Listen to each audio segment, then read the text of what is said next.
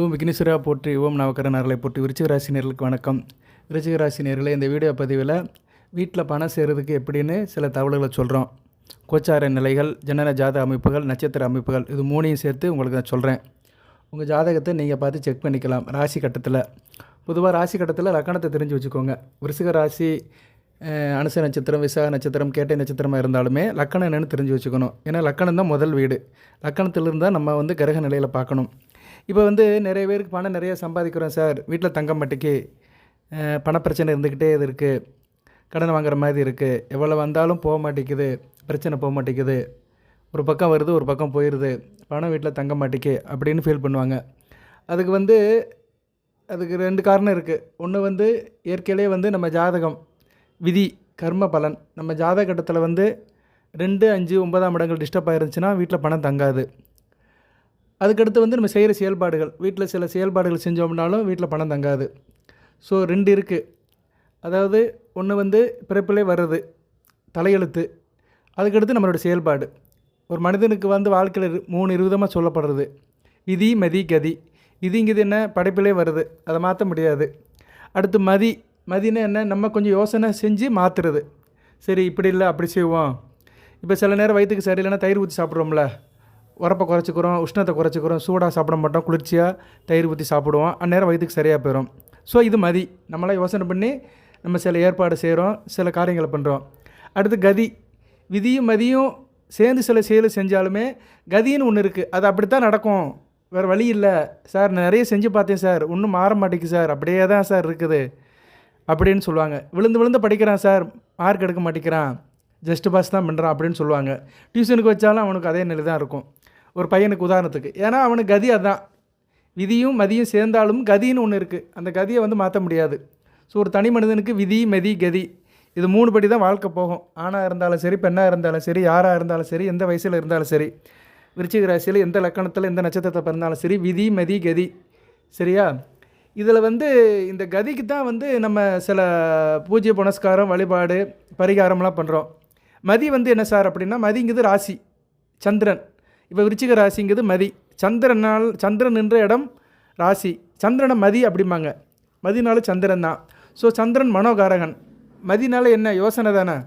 So யோசிக்கிறதுக்கு மனம் ஒருமுகப்படணும். மனம் ஒருமுகப்பட்டால் தான் ஒரு காரியத்தை ஒழுங்காக, நேராக, சீராக யோசிக்க முடியும். ஸோ ராசியை மதின்னு எடுத்துக்கலாம், ஜனன ஜாதகத்தை விதின்னு எடுத்துக்கலாம், லக்கண ரீதியாக உள்ள கிரக அமைப்புகளை, ராசிக்கு உண்டான கோச்சார அமைப்புகளை மதின்னு எடுத்துக்கலாம். ரெண்டையும் சேர்த்து பார்த்து வாழ்க்கையை நடத்துகிறோம். பார்த்தீங்களா? வாழ்க்கையில் கிடைக்கிற லாப நஷ்டங்கள் கதி புரிஞ்சிருக்குன்னு நினைக்கிறேன். ரைட்டு, இந்த விளக்கத்தை இதோடு நிப்பாட்டிக்கிறோம். எதுக்கு சொல்ல வந்தேன்னா, இந்த வீடியோ பதிவில் இந்த 3ஐயும் டிஸ்கஸ் பண்ண போகிறோம். சரியா? 3ஐயும் டிஸ்கஸ் பண்ண போகிறோம். எந்த காரியத்தை நீங்கள் பண்ணினீங்கன்னா குடும்பத்தில், வீட்டில் பணப்புழக்கம் அதிகமாக இருக்கும். அது வீடாக இருந்தாலும் சரி, உத்தியோகம் பண்ணுற இடம் இருந்தாலும் சரி, தொழில் பண்ணுற இடம் இருந்தாலும் சரி, வியாபாரம் பண்ணுற இடம் இருந்தாலும் சரி, வாட்டர் மேபி எது வேணால் இருந்துட்டு போட்டோம், பணம் நிற்கணும், பணம் கையில் காசு நிற்கணும். அதுக்காக தான் பாடாக போடுறோம். சரியா? அதனால் பணம் சம்பாதிக்கிறதுக்கு எளிய வழியை நம்ம வீட்டில் இருந்து பார்ப்போம். வீடு நல்லா இருந்துச்சுன்னா தெரு நல்லா இருக்கும், தெரு நல்லா இருந்தால் ஊர் நல்லாயிருக்கும், ஊர் நல்லா இருந்தால் நாடு நல்லாயிருக்கும், நாடுகள்லாம் நல்லா இருந்துச்சுன்னா உலகம் நல்லாயிருக்கும். சரியா? எல்லாமே வீட்டில் இருந்து ஆரம்பிக்குது. வீடு முக்கியமானது. அதை கிரகம் அப்படிங்கிறோம். புதுமனை பூவிழாக்கு பேர் கிரக பிரவேசம் அப்படிங்கிறோம். ஸோ வீட்டில் தான் அனைத்து விதமான தெய்வங்களும் இருக்குது. கோயிலில் இருக்குது வேறு, அது ஆகம முறைப்படி இறைவன் வாழும் இல்லம். வீடு இறைவன் தேடி வருகின்ற இல்லம். ஸோ நம்ம வீடை இறைவன் தேடி வருகின்ற இல்லமாக, தேவதைகள் வருகின்ற இல்லமாக நம்ம மாற்றணும். அதுக்கு என்ன செய்யணும்? பழையன கழிதலும் புதியன பூத்தலும் சொன்ன மாதிரி பழைய பொருட்களை தூக்கி வெளியே போடணும். என்னென்ன பொருட்களை தூக்கி வெளியே போடுங்கிறது ஒன் பை ஒன்னாக சொல்கிறேன், பொறுமையாக பாருங்கள். பொதுவாக மனசில் நல்ல எண்ணங்களை நினைக்கணும். என்னால் முடியும் அப்படின்னு நல்ல எண்ணங்களை நினைக்கணும். தேவையற்ற நெகட்டிவ் தாட்ஸை தூக்கி போட்டுடணும். அதுக்கு முன்னாடி ஜனன ஜாதகத்தில் இப்போ விருச்சிக ராசியில் பிறந்திருக்கிறீங்க. விருச்சிக ராசியில் சில லக்கணங்கள் விருச்சிக ராசிக்கு ஒத்து போகாது. விருச்சிக ராசிக்கு மிதுன லக்கணம், கன்னியா லக்கணம், மகர லக்கணம், கும்ப லக்கணம், இந்த லக்கணம்லாம் சில நேரம் ஒத்து போகாது. இந்த லக்கணம்லாம் நல்ல பலன்களை கொடுக்காது. இந்த லக்கணத்தில் பிறந்தவங்க கொஞ்சம் எதிர்மறை சிந்தனையிலே இருப்பாங்க. விருச்சிக ராசியில் மகர, கும்பம், மிதுனம், கன்னி, அதாவது விருச்சிக ராசிக்கு புதனுடைய லக்கணமும் சனி பகவானுடைய லக்கணமும் அந்த அளவுக்கு பெருசாக சிறப்பாக கொடுக்காது. மற்ற லக்கணங்கள் கோயின்சைட் ஆகும். விருச்சிக ராசிக்கு மேச லக்கணம் ஒரு சஷ்டாச அமைப்பு இருந்தாலும் லக்கணாபதி ஒரே ஆளாக வருவார். செவ்வாய் பகவான் வரதுனால ஓரளவு ஒத்து போயிடும். அடுத்து விருச்சிக லக்கணத்துக்கு ரிஷப லக்கணம் நல்லா மேட்ச் ஆகும். துலப லக்கணம் துலா லக்கணம் நிபந்தனைக்கு உட்பட்டு மேட்ச் ஆகும். கடக லக்கணம் அருமை. விருச்சிக ராசி கடக லக்கணத்தில் பிறப்பவர் கொடுத்து வைக்க வேண்டும். இவங்களுக்கெல்லாம் பிறவிலே வந்து தெய்வத்தோட அனுக்கிரகம் இருக்கும். விருச்சிக ராசி கடக லக்கணம், சிம்ம லக்கணம், விருச்சிக ராசி மீன லக்கணம், விருச்சிக ராசி தனுசு லக்கணம், இவங்களுக்கெல்லாம் தெய்வத்தோட அனுக்கிரகம் இருக்கும், பிறவிலே இருக்கும். அதாவது விருச்சிக ராசி தனுசு லக்கணம், மீன லக்கணம், கடக லக்கணம், சிம்ம லக்கணம், இந்த 4 லக்கணத்தில் பிறந்தவங்க வந்து கொடுத்து வைத்தவர்கள். ரிஷப லக்கணத்தில் பிறந்தவர்களும் கொடுத்து வைத்தவர்கள் தான். ஸோ இந்த ஒவ்வொரு லக்கணத்துக்குமே வந்து நான் சில பலன்களை சொல்கிறேன். அந்த பலன்களை சொல்லிட்டு வீட்டில் இந்தந்த பொருட்களை நீங்கள் அவாய்ட் பண்ணிங்கன்னா உங்களுக்கு வந்து பணம் நிற்கும் அப்படிங்கிறத சொல்கிறேன். நான் பொறுமையாக கேளுங்க. பொறுமை தான் இக்கணம் தேவை. இப்போ ராசிக்கு எடுத்துட்டோம்னா 2ஆம் இடம் வழுக்குது. 2ஆம் இடத்துல செவ்வாய், சூரியன், சுக்கிரன், புதன் எல்லோரும் போக போகிறாங்க. ஸோ ராசிக்கு 2ஆம் இடத்துல வந்து சிவராஜ் யோகம், குருமங்கள யோகம், புதாத்திய யோகம், சுக்கரயத் யோகம், சிவராஜ் யோகம், இப்படி 2ஆம் இடம் வழுக்குது, தனுசு வழுக்குது. ஸோ நியூ இயர் பிறக்கும் போதும் 2ஆம் இடம் வளர்த்து தான் பிறக்கிறதுனால வீட்டில் நல்லா இருப்பீங்க, கொஞ்சம் கலகலப்பாக இருப்பீங்க, பணப்புழக்கம் தாராளமாக இருக்கும், சிறப்பாக பார்க்கப்படுகிறது. சரியா? நியூ இயர் முன்னிட்டு வருகின்ற நாட்கள் நல்ல விதமாக பார்க்கப்படுகிறது. பொதுவாக உங்கள் லக்கணத்துக்கு நீங்கள் எந்த லக்கணத்தில் பிறந்தாலும் சரி 2, 5, 9 இந்த இடத்துல வந்து பாவகிரகங்கள் இருக்கக்கூடாது. சனி பகவான், செவ்வாய், ராகு, கேதுகள், மாந்தி இருக்கக்கூடாது. அதுபோல் 5ஆம் இடத்துல பாவகிரகங்கள் இருக்கக்கூடாது. 9ஆம் இடத்துல பாவகிரகங்கள் இருக்கக்கூடாது. 2, 5, 9 பாவகிரகங்கள் இருந்துச்சுன்னா வீட்டில் பணம் தங்காது. சரியா? 2ஆம் இடம் தான் தனஸ்தானம், பணம் வரவு வைக்கிற ஸ்தானம். 5ஆம் இடம் வந்து அதிர்ஷ்டஸ்தானம். ஒரு மனிதனுக்கு பணம் வரணும்னா அதிர்ஷ்டம் இருக்கணும். அடுத்து 9ஆம் இடம் காரிய வெற்றி பாக்கியஸ்தானம். ஸோ 2, 5, 9 வந்து நல்ல நிலைமையில் இருக்கணும். சில பேர் 11ஆம் இடத்தை சொல்லுவாங்க லாபஸ்தானம். லாபஸ்தானங்கிறது வேறு, அது மிகப்பெரிய வெற்றி. சரியா? லாபங்கிறது வேறு, மல்டி லெவல். நம்ம வந்து சாதாரண லெவலில் இருப்போம். சாமானியப்பட்ட மனிதனுக்கு வந்து 3 நேரம் சாப்பாடு கிடைச்சா போதும். எல்லாருக்கும் பிரியாணி கிடைக்கணும்னு தேவையில்லை. எல்லாத்துக்கும் வந்து ஒரு சாதமும் ஒரு குழம்பும் கிடைச்சாலும் போதும். தொட்டுக்கடை ஒரு ஊறுகாய், தயிர் சாதம், அவ்வளோதான். வந்து ஸ்டார்டிங்கில் எல்லாத்தையும் நிவர்த்தி பண்ணணும். சரி, அடிப்படை என்ன தேவையோ அதை சொல்லணும். அதை விட்டுட்டு எடுத்தோடனே நான் ஹை ஜம்ப் பண்ண போகிறேன் அப்படிலாம் சொல்லக்கூடாது. ஸ்டெப்பை எடுத்து கரெக்டாக வைக்கணும்.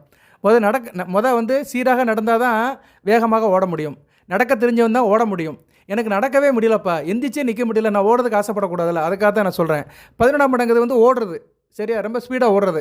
ஸோ 11ஆம் இடத்தை நம்ம மறந்துக்குருவோம். 2, 5, 9 நல்லபடியாக இருக்கணும். 2, 5, 9 பாவகிரகங்கள் இல்லாமல் இருந்தாலே பண வரவு கரெக்டாக இருக்கும். தேவைக்கு பணம் இருக்கும். ஓரளவு நல்லபடியாக பேர் புகழோடு வாழ்ந்துருவாங்க. ஸோ உங்கள் லக்கண ரீதியாக நீங்கள் பார்க்கணும். ராசிக்கும் பார்க்கலாம். ராசிக்கு பார்த்தோம்னா ஈஸியாக சொல்லலாம். தனுசு, உங்கள் ராசிக்கு 2ஆம் இடம் தனுசில் பாவகிரகங்கள் இருக்கக்கூடாது. 5ஆம் இடம் மீனத்திலும் பாவகிரகங்கள் இருக்கக்கூடாது. 9ஆம் இடம் கடகத்திலும் பாவகிரகங்கள் இருக்கக்கூடாது. சரியா? ஸோ விருச்சிக ராசியில் வந்து தனுசு, மீனம், கடகம் இந்த 3 வீடும் வந்து நல்லபடியாக இருக்கணும். சரியா? உங்கள் ராசிக்கு சில பேருக்கு லக்கணம் தெரியாது சார், லக்கணம் தெரியாது சார் அப்படின்னு சொல்கிறவங்க ராசிக்கு பாருங்கள். ராசிக்கே வந்து ஒரு 50% நிற்கும். சரியா? 50%, 100 ரூபா ஒரு இடத்துல 50 ரூபா கிடைச்ச மாதிரி. உங்கள் ராசி கட்டத்தில் வந்து தனுசு, மீனம், கடகத்தில் வந்து பாவகிரகங்கள் இல்லாமல் இருந்துச்சுன்னா நல்ல விதமாக பார்க்கப்படுகிறது. ஓரளவு வந்து உங்களுக்கு வந்து கொடுப்பினை இருக்குன்னு அர்த்தம். சரியா? விதி நல்ல வேலை செய்யுதுன்னு அர்த்தம். அதுக்கு பின்னாடி மதியை கொண்டு போய் நிப்பாட்டணும். சரி, இப்போ மதியால் என்னென்ன காரியங்கள் செய்யலாம் சார் அப்படின்னா, நீங்கள் வந்து முடிஞ்ச அளவு என்ன செய்யணும்னா, இதில் வந்து சில காரியங்களை செய்யக்கூடாதுன்னு சொல்கிறேன், சில காரியங்களை செய்யுங்கன்னு சொல்கிறேன். சரியா? ரெண்டுமே இருக்கணும். வாழ்க்கையில் வந்து பாசிட்டிவும் இருக்கும், நெகட்டிவும் இருக்கும். ஒரு பொருளை எடுத்துட்டோம்னா அது இல்லாமல் போயிடும். இல்லாத இடத்துல ஒரு பொருளை வச்சுட்டோம்னா வந்துடும். ஸோ இருக்கிறது எடுக்கிறது ரெண்டுமே வந்து நம்ம வாழ்க்கையில் வந்து ரொம்ப முக்கியம். வாழ்க்கையை என்ன ரெண்டு பாலிசி தான், கிவ் அண்ட் டேக் பாலிசி தான். வாழ்க்கையை கொடுத்து வாங்கணும். வாழ்நாள் முழுக்க இது தான் நம்ம பிறப்பே வந்து கொடுத்து வாங்குறது தான். அம்மாவும் அப்பாவும் சேர்ந்து கொடுத்து வாங்க போய் தான் நம்ம பிறந்திருக்கிறோம். தாயும் தகப்பனும் சேர போய் தான் இருவரும் ஒருத்தருக்கு சந்தோஷத்தை, அந்த மகிழ்ச்சியை கொடுத்து வாங்க போய் தான் நம்ம பிறந்திருக்கிறோம். ஒரு சந்தோஷமான தருணத்தில் 2 பேரும் உடல் ரீதியாகவும் மன ரீதியாக ஒன்று சேரும்போது நம்ம வந்து அதை பிறந்திருக்கிறோம். ஸோ நம்ம பிறப்பே வந்து கொடுத்து வாங்குறதுலாம் இருக்குது. ஸோ வாழ்நாள் முழுக்கும் நம்ம பிறர்கிட்ட கொடுத்து தான் வாங்கணும். கொடுத்து வாங்குறதுனா என்ன? உன்னை கொடுக்கணும், உன்னை வாங்கணும், உன்னை எடுக்கணும், உன்னை வைக்கணும். இப்படி தான் வாழ்க்கையில் போயிட்டுருக்கோம். நல்லா உட்காந்து யோசனை பண்ணிங்கன்னா இதோட அர்த்தம் புரியும். சரி நேயர்களே, இப்போ வீட்டில் வந்து பூஜை அறை தான் ரொம்ப முக்கியம். பூஜை அறையையும் சமையல் அறையும் சுத்தமாக வச்சுக்கணும். பூஜை அறை வந்து ரொம்ப முக்கியமாக பார்க்கப்படுகிறது. தெய்வம் வாழும் இல்லம். வீட்டில் வந்து பூஜை அறையை வந்து நம்ம கோயிலாக மாற்றிடலாம். வீட்டில் வந்து பூஜை அறையில் வந்து சுத்தமாக வச்சுக்கணும். ஃபோட்டோவெலாம் சுத்தமாக தொடங்க. வீட்டில் இருக்கிற சாமி சிலைகள் மற்ற பொருட்கள் எல்லாம் சுத்தமாக வச்சுக்கணும். அதை வந்து வாரத்துக்கு ஒரு தடவை சுத்தப்படுத்தணும். வீட்டில் இருக்க பொருட்கள் என்ன பண்ணணும்னா, நீங்கள் வந்து துணியை வச்சு துடைக்கலாம். ஃபோட்டோ இல்லைனா சாமியுடைய சிலைகள் மற்ற எதாக இருந்தாலுமே ஈர துணியில் துடைச்சிருங்க. அடுத்து கொஞ்சம் பன்னீரை தொடச்சிருங்க. தொட்டு சந்தன குங்குமம் வச்சு பூக்கள் போட்டு அலங்காரம் பண்ணுங்கள். மிக சிறப்பாக பார்க்கப்படுகிறது. ஸோ வீட்டில் இருக்கிற பூஜை அறையில் தெய்வ படங்களும் சரி, தெய்வ சிலைகளும் சரி சுத்தமாக வச்சுக்கணும். அதே மாதிரி வீட்டில் பூஜை அறையில் உள்ள தேவையில்லாத பொருட்கள் எடுக்கிறது மிக சிறப்பாக பார்க்கப்படுகிறது. அதுபோல் தினமும் சூரிய நமஸ்காரம் பண்ணணும். வீட்டில் சூரிய ஒளி வர்ற மாதிரி வீட்டை ஏற்பாடு பண்ணிக்கணும். சிலர் வீட்டில் வந்து சூரிய ஒளியே வராது. சார் எங்கள் வீட்டுக்குள்ளேயே சூரிய ஒளி வரலம்பாங்க. அது அப்படி இருக்கக்கூடாது. வீட்டில் கொஞ்சம் சூரிய ஒளி வர்ற மாதிரி ஒரு வீடு இருக்கணும். வீட்டில் வந்து சூரியனுடைய கதிர்கள் பட வேண்டும். அந்த வீட்டில் பட்டுச்சுன்னா நெகட்டிவ் தாட்ஸ் இருக்காது, எதிர்மறை சிந்தனை இருக்காது, பணம் வரும், நல்லாயிருக்கும். முதல் சூரியன் தான் வரணும். இந்த பிரபஞ்சத்துக்கு ஒளியை கொடுக்குறவன். சரியா? சூரிய ஒளி வாங்கி தான் எல்லாமே இயங்குது. புழு, பூச்சி, தாவரங்கள் எல்லாமே வந்து சூரிய ஒளி இல்லைன்னா எல்லாமே வந்து வாழ முடியாது. ஸோ சூரிய ஒளி வீட்டில் படணும். அதுக்கேற்ற மாதிரி ரெடி பண்ணிக்கோங்க. சூரிய ஒளி படலை சார், என்ன சார் பண்ணலாம் அப்படின்னா, கண்ணாடி வாங்கி யூஸ் பண்ணுங்கள். கண்ணாடி வந்து நிலக்கண்ணாடி இருக்கணும். வீட்டுக்கு முன்னாடி நிலக்கண்ணாடி இருக்கணும். சரியா? திருஷ்டி போயிடும். வீட்டுக்கு முன்னாடி நிலக்கண்ணாடி ஒன்று வச்சுருங்க. நிலக்கண்ணாடி வைக்கிறது மிக சிறப்பாக பார்க்கப்படுகிறது. தலைவாசலுக்கு நேரம் ஒரு கண்ணாடி வச்சுருங்க. அந்த வீட்டுக்கு வரும்போது அவங்க வந்து அவங்க முகத்தை பார்ப்பாங்க. அப்படி பார்த்துட்டு உள்ளே வந்தாங்கன்னா வீட்டில் திருஷ்டி இல்லாமல் போயிடும். இதனால் என்ன பண்ணோம்னா வீட்டில் வந்து எதிர்மறை சக்தி இருக்காது. சில பேர் வீட்டுக்குள்ளே வந்துட்டு போனாலே நமக்கு ஆகாமல் போயிடும். நம்ம வீட்டில் சொல்லுவாங்க, நான் வந்துட்டு போனால் அதுலேருந்து பிள்ளைகளுக்கு முடியல. ஏன்னா சில பேர் வந்துட்டு போய் திருஷ்டி பண்ணிட்டு போயிடுவாங்க. நல்லா இருக்கானே, நல்லா இருக்காங்களே, 3 நேரத்துக்கு நல்லா ருசியாக சாப்பிட்றாங்களே, வீட்டில் டிவி வாங்கி வச்சுருக்கிறானே, பெட்ரு வாங்கி வச்சுருக்கிறானே, கட்டில் வாங்கி வச்சுருக்கானே, ஃப்ரிட்ஜ் வாங்கி வச்சுருக்கானே அப்படின்னு கண்ணு பட்டுட்டு போயிடுவாங்க. அவங்க கண்ணு பட்டுச்சுன்னு வச்சுக்கோங்களேன், அந்த கண்ணாடி பட்டுச்சுன்னா வீட்டில் வந்து நெகட்டிவ் தாட்ஸ் இருக்கும். ஸோ அதெல்லாம் தீரணும்னா நிலவாசலில் கண்ணாடி வைங்க. சூரிய ஒளி வர மாதிரி பார்த்துக்கோங்க. இது வாடகை வீட்டிலலாம் சிலர் சாத்தியப்படாது, இருந்தாலும் முயற்சி பண்ணுங்கள். இல்லைனா நீங்கள் ஒன்று செய்யலாம், சூரிய நமஸ்காரம் பண்ணுங்கள். உங்கள் உடம்புலனாச்சும் சூரிய ஒளி படட்டும். வீட்டில் வருதோ இல்லையோ இந்த சரீரத்தில்னாச்சும் சூரிய ஒளி படட்டும். பொதுவாக விருச்சிக ராசினியர்கள் சூரிய நமஸ்காரம் பண்ணுறது மிகச்சிறப்பை கொடுக்கும். வியாபாரம், தொழில், காரியம், பூஜை, புனஸ்காரம் இந்த காரியங்களுக்கு நல்லாயிருக்கும். ஸோ விருச்சிக ராசினியர்கள் தினமும் சூரிய நமஸ்காரம் பண்ணுறது மிகச்சிறப்பானது, சால சிறந்தது. ஏன்னா சூரியன் ராசிக்கு 10 கூடையவனை வருவான், கர்மஸ்தானாதிபதி. நீங்கள் சூரியனை கும்பிட்டாலே எல்லா தெய்வத்தோட அனுக்கிரகமும் கிடைக்கும். சூரியனை மனமாற கும்பிடுங்க. சூரியனுடைய அந்த ஆதித்ய கிருதிய மந்திரத்தை சொல்லுங்கள். இல்லைனா அவருடைய நாமத்தை சொல்லுங்கள். ஓம் சூரிய பவனை போற்றி, அருக்கனை போற்றி, ரவியை போற்றி, ஆதித்தனை போற்றி, கார்த்திகை நட்சத்திரக்குரியவனை போற்றி, உத்தர நட்சத்திரக்குரியவனை போற்றி, உத்தாட நட்சத்திரக்குரியவனை போற்றி, வியவனை போற்றி, பகலவனை போற்றி, உதயனை போற்றி, மார்த்தாண்டனை போற்றி, நவக்கிர தலைவனை போற்றி, வெற்றி குருவனை போற்றி, பிதிர்காரகனை போற்றி, தகப்பனை போற்றி, முதியர்களை போற்றி, சிம்மராசி ராசிவனை போற்றி, மேசராசி உச்சமடைவனை போற்றி, கலியுத்த காப்பவனை போற்றி, பேரொருளை போற்றி, பிரபஞ்சமை போற்றி, ஒளியை போற்றி, சுபிச்சமை போற்றி, ஓங்கார பொருளை போற்றி, ஒளிமயமானவனை போற்றி, எங்கும் நிறைந்தவனை போற்றி, எதிர்களை வெல்லுவனை போற்றி, தீர்க்காயல் தருவனை போற்றி, தேகாரைக்கம் தருவனை போற்றி, அன்பை தருவனை போற்றி, அறிவை தருவனை போற்றி, ஆற்றலை தருவனை போற்றி, ஈவு இரக்கம் கருணை காரணியம் தருவனை போற்றி, காரணிய மூர்த்தியை போற்றி, கருணை கடவுளை போற்றி, கர்ணனின் தகப்பனை போற்றி, பரதியை போற்றி, பதுமனை போற்றி, விக்கிரமனை போற்றி, ஆயத்தனை போற்றி, பாஸ்கரனை போற்றி, அருணனை போற்றி, செல்வம், ஐஸ்வர்யம், சந்தானம் அனைத்தும் தருவனை போற்றி, சூரிய பவனையே போற்றி, சூரிய பிரகாசமே போற்றி அப்படின்னு தினமும் அவன் நாமத்தை சொன்னீங்கன்னா அப்படியே நீங்கள் ஜொலிப்பீங்க. விருச்சிக ராசியில் வந்து சூரியன் வந்து அளப்பரிய பலன்கள் கொடுப்பாரு. இந்த சூரியன் இன்றைக்கி உங்கள் ராசியை விட்டு 2ஆம் இடத்துக்கு போயிட்டார். இன்றைக்கி மார்கழி 1, இன்றைக்கி தான் 2ஆம் இடத்துக்கு போகிறாரு. நேற்று வரைக்கும் உங்கள் ராசியில் தான் இருந்தார். இன்றைக்கி 2ஆம் இடத்துல குரு பார்வையில் இருக்கிறார். அருமையான இப்போ சிவராஜ் யோகம். ஸோ அந்த மார்கழி 30 முழுக்க சூரிய நமஸ்காரம் பண்ணுங்க, மிகச்சிறப்பாக இருக்கும். 2ஆம் இடத்துல சூரியன் இருக்கிறார், தனஸ்தானத்தில் இருக்கிறதுனால பண வரவு நல்லா கொடுப்பார். குரு பார்வையில் இருக்கிறார். இதை காட்டிலும் விருச்சிக ராசிக்கு என்னங்க வேணும்? நான் ஏதோ ஒன்று சொல்ல ஆரம்பித்தேன், கரெக்டாக மேட்ச் ஆகுது. இதுதான் ஜோதிடம். சரியா? நம்ம கரெக்டாக போனோம்னா மற்றது வந்து நம்மளை சேர்த்துக்கிறோம். இந்த பிரபஞ்சம் வந்து 2 கையால் நம்மளை நீட்டி அரவணைச்சிக்கொள்ளும். எப்படி ஒரு தாய் தன் குழந்தைகளை அணைத்துக் கொள்கிறாளோ அதுபோல் இந்த பிரபஞ்சம் வந்து குழந்தையாக நம்ம அப்படியே அணைச்சிக்கிறோம். சரியா? நம்ம வந்து மனதாலும் நினைவாலும் கரெக்டாக இருக்கணும். கெட்டத்தை தூக்கி வெளியே போட்டுருங்க, நல்லதை நினைங்க, ஆட்டோமேட்டிக்காக எல்லாம் உங்களுக்கு கோயின்சைட் ஆகும். சரியா? வாழ்க்கையில் 2 தான் இருக்குது, கோஆர்டினேஷன், கோஆப்ரேஷன், அடுத்து ஒன்று கம்யூனிகேஷன். இது 3 கரெக்டாக இருந்துச்சுன்னா எல்லாமே சரியாக போயிடும். ரைட்டு. அடுத்து வந்து வீட்டில் சாப்பிட்ட பாத்திரத்தை வந்து போட்டுறாதீங்க. எச்சி பாத்திரங்கள்லாம் அப்பப்போ இருக்கக்கூடாது, கழுவிடுங்க. சிங்கில் போடாதீங்க. குறிப்பாக நைட்டில் வந்து சாப்பாடு பொருட்களை வந்து எச்சி பாத்திரத்தை வீட்டில் போடாதீங்க. அதுபோல் இரவில் தூங்கும்போது முன்னாடி சாதத்தை கொஞ்சம் தண்ணி ஊற்றி வச்சுருங்க. தேவதைகள் வரும் வீட்டுக்கு, தினந்தோறும் இரவு தேவதைகள் வரும். அந்த நல்ல தேவதைகள் வந்து வீட்டில் இவங்க சாப்பாடோட பட்டினியோடு படுத்துருக்காங்களா, சாப்பிட்டு படுத்துருக்காங்களா, வயிறார இருக்காங்களா அப்படின்னு நிறைவாக பார்த்துட்டு போங்க. அந்த தேவதைகள் வந்து வீட்டில் வந்து சாப்பாடுக்கு சில பொருட்கள் இருக்கா பார்க்கும். அதனால் நீங்கள் வந்து சாதம், தண்ணி, கல் உப்பு போட்டு வச்சுருங்க சாதத்தில். அந்த தேவதையில் வந்து சாப்பிட்டு போகும். கல் உப்பில் சுக்கரன் இருக்கிறாரு, சாதத்தில் சந்திரன் இருக்கிறாரு, தண்ணியில் வந்து சந்திரன். ஸோ சந்திரனும் சுக்கரன் இருக்கிறாங்க. மகாலட்சுமியும் ஆதிபராசக்தியும் இருப்பாங்க. ஸோ அந்த சக்தி விடயமானும் மகாலட்சுமி விடயமான அந்த பொருட்களை வந்து அந்த தேவதைகள் வந்து பார்த்துட்டு போகும், இல்லைன்னா சாப்பிட்டு போகும். அது நல்ல விதமாக பார்க்கப்படுகிறது. இது வந்து ஒரு பாசிட்டிவ் வைப்ரேஷனை கொடுக்கும். சரி, இதெல்லாம் செய்யணும். சரியா? சில இதை செய்யணும், சில இதை செய்யாமல் இருக்கணும். அது மாதிரி வீட்டில் வந்து எப்பயுமே அழுக்கு துணிகள் இருக்கக்கூடாது. சரியா? அழுக்கு துணிகள் இருக்கக்கூடாது. அதுபோக வந்து கிழிந்த துணிகள் இருக்கக்கூடாது, கிழிந்த பொருட்கள் இருக்கக்கூடாது, பழைய பொருட்கள் எதுவுமே வச்சுக்காதீங்க. பிளாஸ்டிக் பொருட்கள், உடைந்த பொருட்கள் எதுவுமே வச்சுக்காதீங்க. அதெல்லாம் தூக்கி வெளியே போட்டுருங்க. பழைய இரும்புக்காரன் பழைய காயலா கடைக்காரங்க வந்தானா அவங்ககிட்ட கொடுத்துருங்க. வீட்டில் எதுவும் பழசை வச்சுக்காதீங்க. வீட்டில் பெண்கள் பொதுவாக இது எல்லோரும் செய்வாங்க. சீவிட்டு வந்து முடியோட சீப்பை வச்சுருவாங்க. ஸோ அந்த தலைமுடி சீப்பை வந்து வீட்டில் வைக்காதீங்க. இது வந்து பெரிய துரதிர்ஷ்டத்தை கொடுக்கும். முடி இருந்துச்சுன்னா அதை அப்படியே எடுத்து மறுபடி டஸ்ட்பினில் போட்டுருங்க. கண்ட இடத்துல போட்டுறாதீங்க. அந்த முடி முழுக்க வீடு முழுக்க சுற்றிட்டே இருக்கும். சரியா? அது ஒரு மூலையில் போய் தான் நிற்கும். கரெக்டாக ஒரு மூலையில் போய் அடைஞ்சு நிற்கிறோம். ஸோ அதனால் அந்த இதை சுத்தமாக வச்சுக்கோங்க. அதுபோல் வீட்டில் ஈசான மூலையை சுத்தமாக வச்சுக்கோங்க. ஈசான மூலையில் பழைய பொருட்கள் எதுவுமே போடாதீங்க. ஈசான மூலைங்கிறது வீட்டில் வந்து கார்னர், நார்த் ஈஸ்ட் கார்னர். சரியா? ஈசான மூலை வந்து ரொம்ப ஃப்ரீயாக இருக்கணும். சரியா? வேணால் தண்ணி கூட வேணால் வச்சுக்கலாம், குழாய் வச்சுக்கலாம், தண்ணி சம்மந்தப்பட்ட பொருட்களை வைக்கலாம். ஈசான மூலையில் வெயிட்ட போடாதீங்க. எதுக்கு சொல்ல வந்தேன்னா, இந்த ரோமம் இருக்குது பார்த்தீங்களா, அதுவும் இந்த பெண்கள் கூந்தலிருந்து வர ரோமம் தான் முடிச்சா சேர்ந்து போய் அந்த ஈசான மூலையில் போய் நிற்கும். ஈசான மூலையில் என்றைக்கு அழுக்கு போய் படுதோ அந்த வீட்டில் வந்து பணப்பழக்கமே இருக்காது. ஸோ ஈசான மூலையை வந்து நல்லபடியாக வச்சுக்கோங்க. அதுபோக தினமும் பூஜை பண்ணும்போது தீப தூபம் காட்டும்போது 4 மூலையிலும் காட்டுங்க. அந்த திக்பாலர்கள் வந்து வீட்டுக்குள்ளே வந்து காவலாக இருப்பாங்க. திக்பாலர்கள், அஷ்டதிக்பாலர்கள். அஷ்டதிக்குன்னா 8 திசை இருக்குது. 8 திசைக்கும் காவலர்கள் இருக்கிறாங்க. அந்த காவலர்களுக்கு வந்து நம்ம வந்து நமஸ்காரம் பண்ணணும். அட்லீஸ்ட் தீபம் கற்பூரம் பொருத்த முடியலாம், தீபத்தினாச்சும் கட்டணும். ஈசான மூலை, அக்னி மூலை, கன்னி மூலை, வாயு மூலை, இந்த 4 மூலையிலும் காட்டணும்.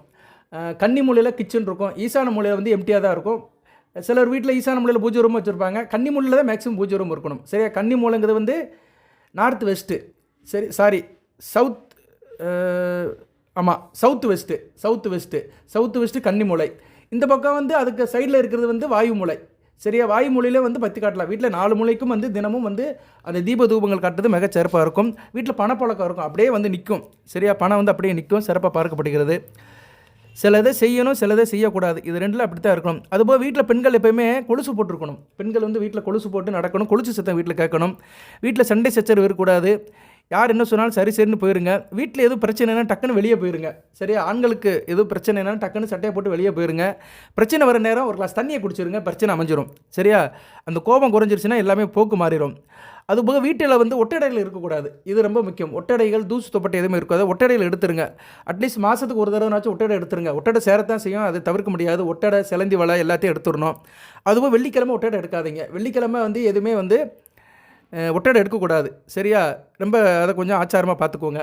அதுபோக நீங்கள் வந்து கடலுக்கு போயிட்டு வந்தீங்க, கடல் வீட்டில் இருக்குது, மெரினா பீச்சுக்கு போனீங்க, திருச்செந்தூர் போனீங்க, கன்னியாகுமரி போனீங்க, ராமேஸ்வரம் போனீங்க, அப்படி போனீங்கன்னா கடல் தண்ணியை கொண்டு வாங்க.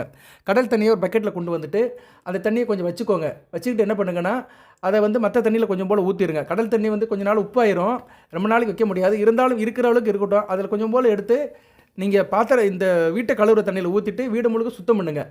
சரியா? கடல் தண்ணி முடியாதவங்க வந்து கல்லுப்பு போட்டு சுத்தம் பண்ணுங்கள்.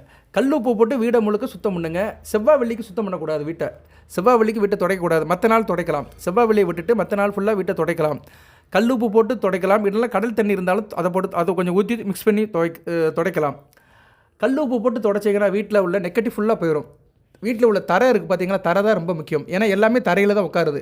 பொதுவாக நம்ம தரையில் உட்காந்து காரியங்கள் பண்ணுறது நமக்கு வந்து உடம்புல ஒரு சக்தியை கொடுக்கும். சரியா? உடம்புல வந்து உஷ்ணத்தை குறைக்கும். தரையிலேயே உட்காரணும், தரையிலேயே படுக்கணும், தரையிலே பாய் விரிச்சு படுக்கிறது வந்து உடல் ஆரோக்கியத்துக்கு நல்லது. ஸோ தரை வந்து ஒரு நல்ல நிலைமையில் இருக்கணும்னா கல்லுப்பு போட்டு துடைக்கலாம். சரியா? நேரில் இதெல்லாம் செஞ்சிங்கன்னா நேர்மறை சக்திகள் வீட்டில் இருக்கும், பாசிட்டிவ் வைப்ரேஷன் வீட்டில் இருக்கும். ஸோ இதெல்லாம் செய்யுங்க. அதுபோக வந்து வீட்டில் துளசி செடி வளர்க்குறது ரொம்ப முக்கியம். துளசி செடி இல்லைன்னா துளசியை வாங்கி வீட்டில் வச்சுக்கணும். துளசியை வாங்கி என்ன சார் செய்யணும் அப்படின்னா, நேர்மறை சக்தியை வளர்க்கும் துளசி செடி. துளசி செடியை வந்து கெண்டியில் போடலாம். பூஜை பண்ணுற கெண்டி இருக்குது பார்த்தீங்களா, அந்த பஞ்சாச்சாரத்தில் துளசியை போட்டு தினமும் பூஜை பண்ணலாம். அந்த தீர்த்தத்தை எடுத்து வீடு முழுக்க தொளிக்கலாம். தொளிச்சிங்களாம் மிகச்சிறப்பாக இருக்கும். அதுபோக துளசி செடி வீட்டில் இருந்துச்சுன்னா அதை வாட விடக்கூடாது. துளசி செடி வாட விடக்கூடாது. துளசி செடிக்கு வந்து நல்லா தண்ணி ஊற்றி வளர்க்கணும். துளசி செடி வந்து நல்லபடியாக இருக்கணும். ஸோ வீட்டில் இருக்க துளசி செடி, செம்பருத்தி செடி, மருதாணி செடி இதெல்லாம் வந்து நல்ல விதமாக பார்த்துக்கிட்டாலே வீட்டில் வந்து பணப்புழக்கம் அதிகமாகிடும், நெகட்டிவ் தாட்ஸ் இருக்காது. அதுபோக இன்னும் அடுத்த சில காரியங்கள்லாம் சொல்கிறேன், பொறுமையாக கேளுங்க. வீடியோவில் எடுத்து கொஞ்சம் கூட இருக்கும். நீங்கள் அன்றாடம் செய்கிற காரியத்தை தான் சொல்கிறேன் நான். இதை செய்யுங்க, இதை செய்யாதீங்கன்னு சொல்கிறேன். சரியா? வேத ஜோதிடத்தின்படி சில காரியங்களை செய்யக்கூடாது. வீட்டில் வந்து பண வரவு அதிகமாக இருக்கணும்னா இதை முக்கியமாக செய்யணும். தேவையில்லாத பொருட்களை அப்புறப்படுத்திடுங்க. சரியா? தேவையில்லாத கிழிஞ்ச செருப்பு, ஷூவு மற்றவங்க வாங்கி கொடுத்து இதெல்லாம் யூஸ் பண்ணக்கூடாது. அதுபோல் அடுத்தவங்க செருப்பு, ஷூவெல்லாம் யூஸ் பண்ணக்கூடாது. உங்கள் செருப்புகளையும் மற்றவங்களுக்கு கொடுக்கக்கூடாது. நம்ம செருப்பை நம்ம தான் யூஸ் பண்ணணும். எங்கள் அண்ணன் செருப்பை எடுத்து போட்டு போனேன், எங்கள் மாமா செருப்பை எடுத்து போட்டு போனேன் இப்படிலாம் சொல்லக்கூடாது. நம்ம சிநேகிதத்தை வந்து மற்ற இதில் வச்சுக்கணும். அவங்க போடுற உடமையில் வச்சுக்கூடாது. குறிப்பாக செருப்பை போடக்கூடாது, அடுத்தவங்க செருப்பை போடக்கூடாது. அதுபோல் அடுத்தவங்க சட்டத்துணியை போடக்கூடாது. இது குடும்பத்திலலாம் நடக்கும். அண்ணன் சட்டையை தம்பி போட்டுக்கிறது, தம்பி சட்டையை அண்ணன் போட்டுக்கிறது, இதெல்லாம் நடக்கும். இதெல்லாம் தெரியாமல் செய்வாங்க. சரியா? அப்படி போட இருந்தால் கூட துவைச்சி போட்டுக்கலாம், வெளியே அழுக்க போடக்கூடாது. வாட்டர் மேவே யூஸ் பண்ணக்கூடாது. அவங்கவுங்க உடம்பே அவங்க தான் யூஸ் பண்ணணும். அவங்க துணியை அவங்க தான் யூஸ் பண்ணணும். இல்லைன்னா அதை வந்து அப்புறப்படுத்திடணும். சரியா நேர்களே? வீட்டில் வந்து சில பேர் இறந்து போயிடுவாங்க. பெரியவங்க வயதானவங்க இறந்து போயிட்டாங்கன்னா அவங்க துணிமணியெல்லாம் மற்றவங்களுக்கு கொடுக்கக்கூடாது. அதை வந்து அப்படியே எங்கேனாச்சும் கடலில் எங்கேனாச்சும் போட்டுடணும். இல்லைனா அதை வந்து பழைய கடையில் போட்டுடணும். சரியா? நம்ம இன்னொருத்தர் கொடுக்கக்கூடாது. அதை வந்து ரீசேல் பண்ணிடலாம். பழைய துணிக்கு அதை வியாபாரம் பண்ணிடலாம். அடுத்து வந்து வீட்டில் வந்து நான் ஏற்கனவே சொன்ன மாதிரி தான், சாதத்தில் உப்பு போட்டு வைக்கிறது மிகச்சிறப்பாக இருக்கும். தொடப்பத்தை பார்த்துக்கணும். ஏன்னா தொடப்பத்தில் மகாலட்சுமி இருக்கிறா. வீட்டு துடைக்கிற தொடப்பம் இருக்குது பார்த்தீங்களா, குரும் இருக்குது பார்த்தீங்களா, பெருக்குமாறு சுத்தமாக வச்சுக்கணும். பெருக்குமாறு தேய வீட்டை துடைக்கக்கூடாது. பெருக்குமாறு ஓரளவு தேஞ்சிருச்சுன்னா அதை மாற்றிடணும். அதே மாதிரி பழைய பெருக்குமாரை வீட்டில் வைக்கக்கூடாது. அதை வந்து தூக்கி போட்டுடணும். அதுபோல் விளக்கமாறு வந்து ஈசான மூலையில் வைக்கக்கூடாது. ரொம்ப முக்கியமானது. விளக்கமாறு வந்து ஈசான மூலையில் வைக்கக்கூடாது. அடுப்படியில் ஒரு ஓரம் வச்சுக்கலாம். ஈசான மூலையில் பெருக்குமாறு வைக்காதீங்க. அது மாதிரி தொடப்பத்தை வந்து மற்ற கண்ணு படுற மாதிரி வைக்காதீங்க. பிறர் கண்ணு பட்டுச்சுன்னா அதில் வந்து சில திருஷ்டிகள் வரதுக்கு வாய்ப்பு இருக்குது. ஸோ தொடப்பத்தை வந்து கண்ணு படாமல் வச்சுருங்க. ஒரு ஓரமாக வைங்க. அதுபோல் வீட்டில் ஓடாத கடிகாரம் இருக்கக்கூடாது. சரியா? கடிகாரம் ஓடலைன்னா உடனே செல்லு போட்டுருங்க. அதேமாதிரி கை கடிகாரம் வாட்ச் இப்போ யாரும் நிறைய பேர் வாட்ச் கட்டுறதே இல்லை. ஃபோன் வந்த பின்னாடி வாட்சுக்கு வேலையெல்லாம் போயிடுச்சு. இருந்தாலும் வாட்ச் கட்டுறீங்கனாலும் வாட்ச் ஓடாமல் இருந்துச்சுனாலும் வாட்சை வந்து டக்குன்னு ஓட வச்சுருங்க. ஓடாத வாட்ச்சு, பழைய வாட்ச்சு, இதெல்லாம் ஒரு நினைவு பொருட்களாக வீட்டில் வைக்கக்கூடாது. அது யாருக்கு கொடுத்துடலாம், இல்லைன்னு அப்புறப்படுத்திடலாம். சரியா? பொதுவாக எலக்ட்ரானிக்ஸ் பொருட்கள்லாம் ரீசேல் ஆகாது. பழைய ரேடியா, பழைய டிவி எவனும் வாங்க மாட்டான். சும்மா ரோட்டோடு வரவங்ககிட்ட கொடுத்து அதை காலி பண்ணிடுங்க. அது நம்ம வீட்டில் இருக்க வேண்டாம், அதை காலி பண்ணிடுங்க. ஒன்று அது இருந்துச்சுன்னா ஓடுற மாதிரி இருக்கணும். பழைய டிவி இருக்குன்னா டிவி ஓடணும். வாஷிங் மிஷின் இருக்குன்னா வாஷிங் மிஷின் ஓடணும். அது ஓடலைன்னா தூக்கி எங்கேனாச்சும் கொடுத்துடலாம். அது வீட்டில் அப்படியே இது பண்ணாதீங்க. ஆனால் இதெல்லாம் செய்ய முடியாது. இப்போ சில இதை செய்ய முடியாது. சார் வாஷிங் மிஷினை யூஸ் பண்ணிட்டுருப்போம் சார், தேவைக்கு தான் யூஸ் பண்ணோம், மற்ற நேரம் சும்மா தான் சார் இருக்குன்னா அதை வச்சுக்கலாம். ஆனால் சில பொருட்கள் தேவைப்படாது, ஐடியலாகவே இருக்கும். அதெல்லாம் தூக்கி வெளியே போட்டுடலாம். சரியா? அதுமாதிரி கிழிஞ்ச துணியில் அதையும் சேர்க்கக்கூடாது. கிழிஞ்ச துணியில் சில பேர் சமையல் அறைக்கு வச்சுக்குவாங்க. சமையல் அறை அந்த கேஸை துடைக்கிறதுக்கு, சமையல் அறையை சுத்தம் பண்ணுறதுக்கு சில கிழிந்த துணி வச்சுருவாங்க. சட்டுவிட துணி அப்படிம்பாங்க. அதை வேணால் வச்சுக்கலாம் வழியே. மற்றபடி ரொம்ப கிழிஞ்ச துணியில் வீட்டில் வைக்காதீங்க. அப்படியே துணிகள் இருக்குது, சில துணி டர்க்கி இருக்குது சார் அப்படின்னா அதை துவைச்சி மடித்து வச்சுக்கோங்க. இல்லைனா மற்றவங்களுக்கு கொடுங்க. மற்றவங்களுக்கு கொடுக்கலாம், விருப்பம் இருந்தால் கொடுக்கலாம். என்ன திரிச்சு கொடுக்காதீங்க. இல்லைனா பழைய பொருட்கள் கடையில் போட்டுருங்க. அதே மாதிரி பழைய பொருட்கள், பிளாஸ்டிக் பொருட்கள், உடைந்த பொருட்கள் இதெல்லாம் இருக்கக்கூடாது. அது குறிப்பாக பூஜை அறையில் இதெல்லாம் இருக்கக்கூடாது. சரியா? பூஜை அறையில் வந்து பழைய பொருட்கள் எதுவுமே இருக்கக்கூடாது. இதை கொஞ்சம் கவனமாக பார்த்துக்கோங்க. அதுபோல் மிதியடி இருக்குது பார்த்தீங்களா, மேட்டை வந்து ரொம்ப கிழிஞ்சு ஓரளவுக்கு வச்சக்கூடாது. மிதியடியை வந்து ஓரளவு வச்சுருக்கணும். ஒரு 6 மாதத்துக்கு ஒரு தடவை மாற்றிடணும். இடையில வந்து அழுக்கு பட்டுச்சுன்னா துவைச்சி நம்ம காய போட்டு வச்சுக்கலாம். ரொம்ப கிழிஞ்சு போச்சு சார், கண்ணா பின்னான்னு இருக்குது அப்படின்னா அதெல்லாம் மாற்றிடணும். மிதியடி மேட்டெலாம் வீட்டில் ரொம்ப பழசை யூஸ் பண்ணக்கூடாது. இதெல்லாம் தவிர்த்துடணும். அதுமாதிரி வீட்டில் முக்கியமானது இதுதான், நகை வெட்டக்கூடாது. நகை வெட்டுறதுக்கு முன்னாடி நகத்தை கடிக்கக்கூடாது. சில பேர் பார்த்தோம்னா விரல் வந்து வாயில் தான் இருக்கும். அது காரணம் வந்து சனி பகவான் தான். சரியா? சனி பகவான் 2ஆம் இடத்துல இருந்தாலும் நகத்தை கடிச்சிக்கிட்டே இருப்பாங்க. இங்கே உதாரணத்துக்கு வந்து நீங்கள் துலா லக்கணம், விருச்சிக ராசியிலே சனி பகவான் இருந்தாலும் அந்த காரியம் நடந்துக்கிட்டே இருக்கும். ஏன்னா ராசியில் வந்து சந்திரன் நீசமாக இருப்பார். விருச்சிக ராசியில் ஒரு பெரிய பின்னடைவு என்னென்னா, விருச்சிக ராசியில் வந்து சந்திரன் நீசம் அடைவார். சரியா? சந்திரன் நீசம் அடைவாது நல்ல விதமாக பார்க்கப்படாது. அது அவர் சுபவர்க்கு எடுக்கலைன்னா ரொம்ப மோசமாக இருக்கும். சரியா? விசாக 4ஆம் பாது சுமாராக தான் இருக்கும். விசாக 4ஆம் பாதத்தில் பிறந்தவங்களுக்கு சந்திரன் சுமாரான பலன்களை தான் கொடுப்பாரு. ஏன்னா அவர் வந்து ஒளிச்சந்திரன் இருந்தாலும் நல்ல பலன்களை கொடுப்பாரு. அனுஷம் 1க்கு நல்ல பலன்களை கொடுக்க மாட்டார். 2, 3க்கு நல்ல பலன்களை கொடுப்பாரு. 4ஆம் பாதத்துக்கு அந்த அளவு நல்ல பலன்களை கொடுக்க மாட்டார். 4ஆம் பாதத்துக்கு ஓரளவு பரவாத கொடுப்பார். வர்க்கோத்தமாகி ஓரளவு நல்ல பலன்களை கொடுப்பார். அனுஷம் 2, 3, 4க்கு ஓரளவு நல்ல பலன்களை கொடுப்பார். அந்த நட்சத்திர பாதத்தில் பிறந்தவங்களுக்கு. கேட்டை 1, 4க்கு நல்லாயிருக்கும். 2, 3க்கு அந்தளவு சிறப்பாக இருக்காது. சரியா? எதுக்கு சொல்ல வந்தேன்னா, சந்திரன் நீசமானாலுமே அந்தந்த பாதங்களுக்கு சில பலன்களை கொடுப்பாரு. இதை வேணால் இன்னொரு நாள் வந்து பலன்களை சொல்கிறேன் நான். நிறைய பேர் இது கேட்குறாங்க, சார் நட்சத்திரத்துக்கு பலன்கள் சொல்லுங்கள் சார், நட்சத்திர பாதங்களுக்கு அப்படின்னா சந்திரனை வச்சு சொல்லலாம். அது பெரிய சப்ஜெக்ட், ஒரு நாள் முழுக்க சொல்லலாம். விசாகம் 4ஆம் பாதத்துக்கு சந்திரன் என்ன பலன்களை கொடுப்பாருங்கிறது எனக்கு தெரிஞ்ச ஒரு 2 மணி நேரம் பேசலாம். இப்படியே ஒரு 8 பாதத்துக்கு 9 பாதத்துக்கு பேசணும். விசாகம் 4ஆம் பாதம், மனுஷன் 1, 2, 3, 4, கேட்டை 1, 2, 3, 4. இதுக்கு சந்திரனை மட்டும் சொல்லலாம். இப்போ அது ஒரு பக்கம் இருந்தாலுமே இப்போ சப்ஜெக்ட்டுக்கு எதுக்கு வந்தோம்? சப்ஜெக்ட் வந்து இந்த நகம் கிடைக்கிறது. நகம் கிடைக்கிறதுக்கு வந்து 2ஆம் இடத்துல, அதாவது நீங்கள் உதாரணத்துக்கு வந்து ராசியிலே சனி இருந்தாருன்னு வச்சுக்கோங்களேன், சந்திரன் கூட சேர்ந்து இருந்தாருன்னா நகம் கடிப்பாங்க. அது 2ஆம் இடம் வந்துருச்சு வச்சுக்கோங்களேன், ரொம்ப நகம் கடிப்பாங்க. சரியா? இல்லைன்னா 8ஆம் இடத்துல சனி இருந்து 2ஆம் இடத்துல சந்திரனை பார்த்தாலும் நகம் கடிப்பாங்க. சரியா? அந்த நகத்தை கிடைக்கிறதுக்கு வந்து இதுதான் காரணம். ஸோ ராசி, லக்கணம், சந்திரன் இவங்க கூட சந்திரன் சனி பகவான் சம்மந்தப்பட்டாலும் நகம் கடிப்பாங்க. நகத்தை கடிக்காதீங்க. சரியா? நகம் கட் பண்ணுங்கள். ஒரு மாதத்துக்கு ஒரு தடவை, 2 மாதத்துக்கு ஒரு தடவை நகத்தை கட் பண்ணுங்கள். நகத்தை கட் பண்ணும்போது ஒரு வீட்டுக்குள்ளே மேக்ஸிமம் பண்ண வேண்டாம். மாடிக்கு போயிருங்க, இல்லைனா காம்பவுண்ட் வாலுக்கு வெளியே போயிருங்க, ஒரு ஓரமாக போயிருங்க, வீட்டுக்கு வெளியே போயிருங்க. அதை வந்து பொறுமையாக கட் பண்ணுங்கள். சில பேர் நகம் கட் பண்ணுறதே ஒரு சவுண்டு கேட்கும், டக்கு டக்கு டக்கு டக்குன்னு சத்தம் பண்ணுவானுங்க. நான் ஒரு கோயிலுக்கு போயிருந்தேன், எங்கள் ஊரில் ஒரு கோயில் இருக்குது. அந்த கோயிலுக்கு விநாயகர் கோயிலுக்கு போயிருக்கிறேன். பக்கத்தில் ஒருத்தன் வீட்டுக்காரன் வெளியே வந்து நகத்தை வெட்டுறான். என்னால் சாமியாக கும்பிட முடியல. அவனுக்கு அது ஐடியாவே இல்லை. எதுக்கு கோயில் இருக்கே, சாமி கும்பிடுவாங்களே, விநாயகர் கோயில் இருக்கே, சாமி கும்பிடுவாங்களே, அவங்கவுங்க மனசுக்கு சாமி கும்பிடுன்னு தெரியல.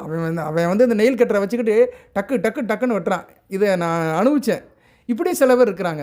அதாவது நம்ம ஒரு காரியம் பண்ணும்போது பிரச்சனை இருக்குது, இடைஞ்சல் இல்லாமல் பண்ணணும். அதனால் நகை வெட்டும்போது பொறுமையாக வெட்டுங்க. விரல்களை ஈரப்படுத்திட்டு வெட்டுங்க. விரல்களை ஈரப்படுத்திட்டு வெட்டிட்டிங்கன்னா சத்தம் கேட்காது. என்ன, அந்த சத்தமெல்லாம் கேட்கக்கூடாது. அதெல்லாம் நெகட்டிவ் வைப்ரேஷன். சரியா? நகை வெட்டுறது வந்து பொறுமையாக, யாருக்கு பொறுமையாக கை காலை சுத்தம் பண்ணிவிட்டு ஈரமாக நகத்தை வெட்டுங்க. நல்ல விதமாக பார்க்கப்படுகிறது.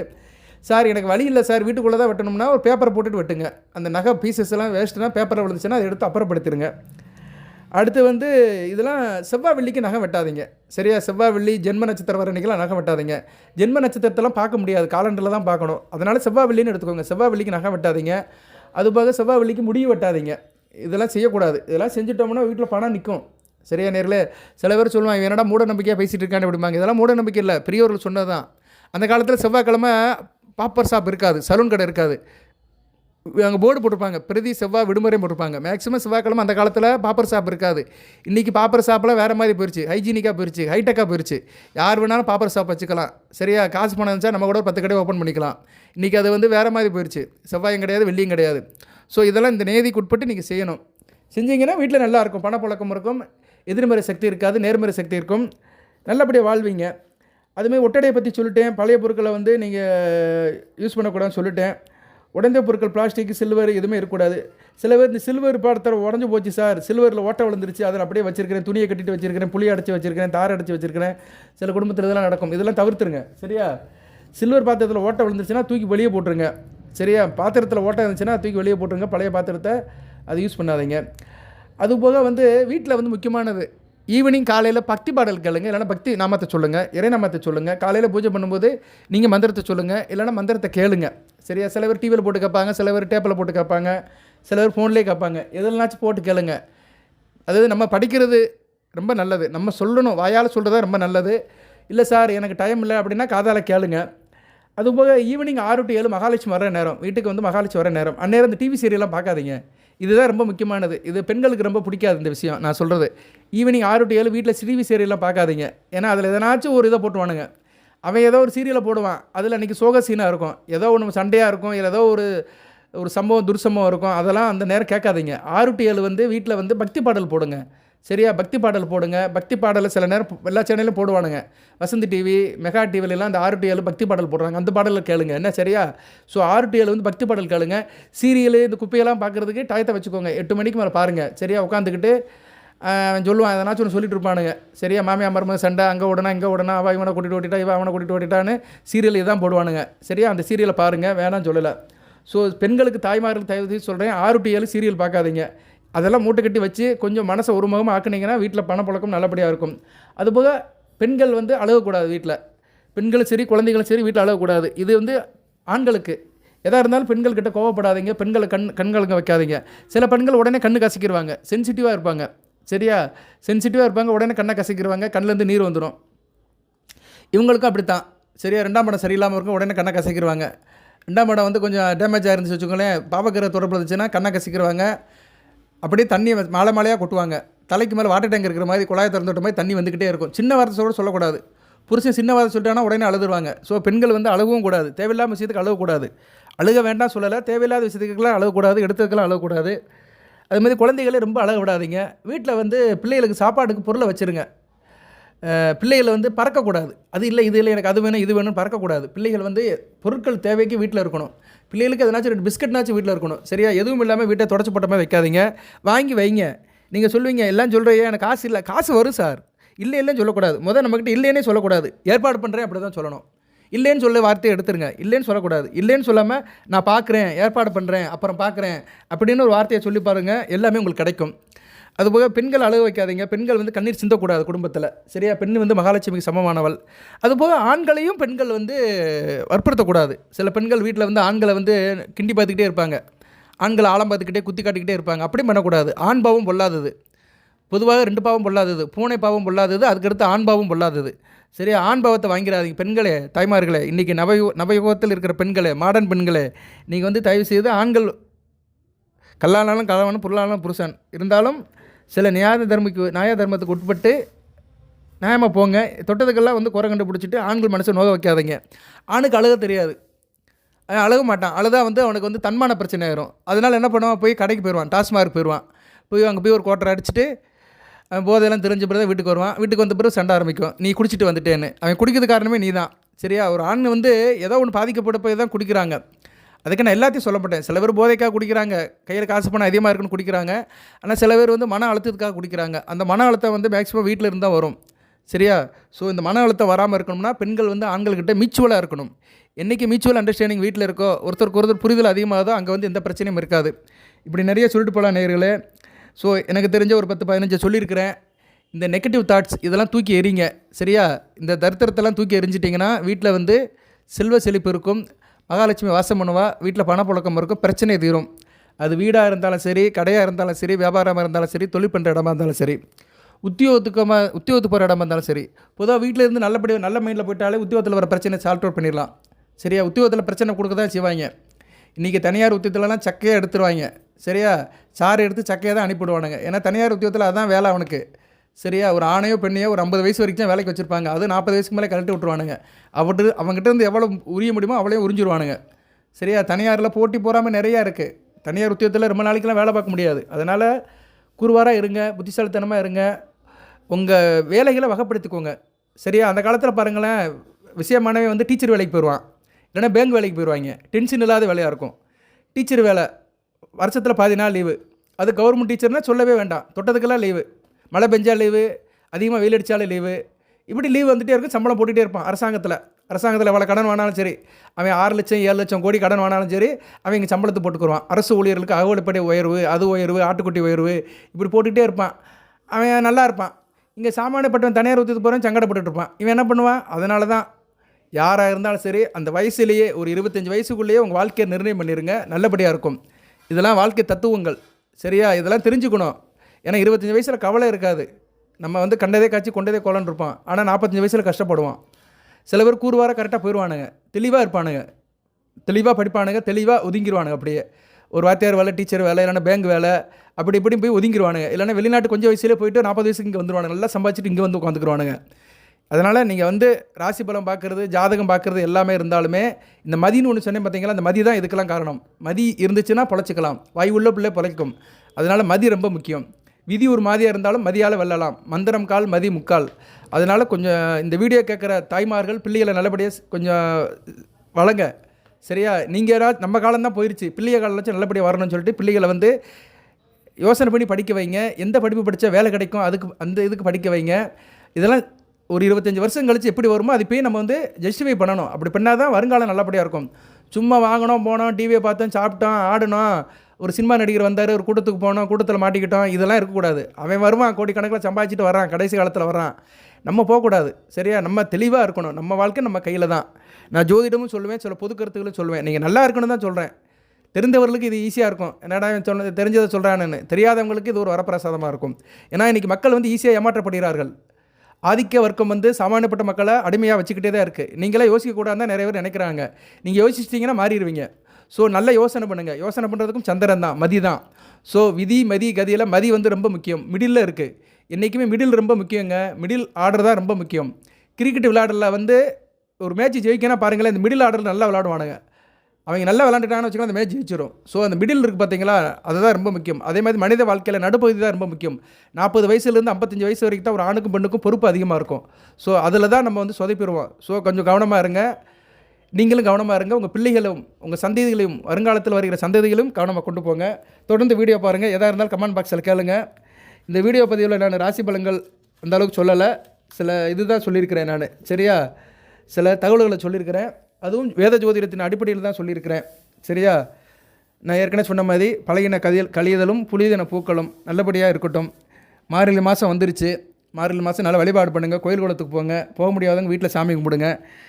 காலையில் ஒரு 4 மணிக்கு எந்திங்க. 4 மணிக்கு எல்லாருக்குமே ஒரு முழிப்பு தட்டும். 4 மணிக்கு முழிப்பு தட்டுச்சுன்னா அவங்களுக்கு யோகம் இருக்குன்னு அர்த்தம். 4 மணிக்கு யாருனாச்சும் யூரின் வருதுன்னா அவங்களுக்கு நல்ல அமைப்புன்னு அர்த்தம்.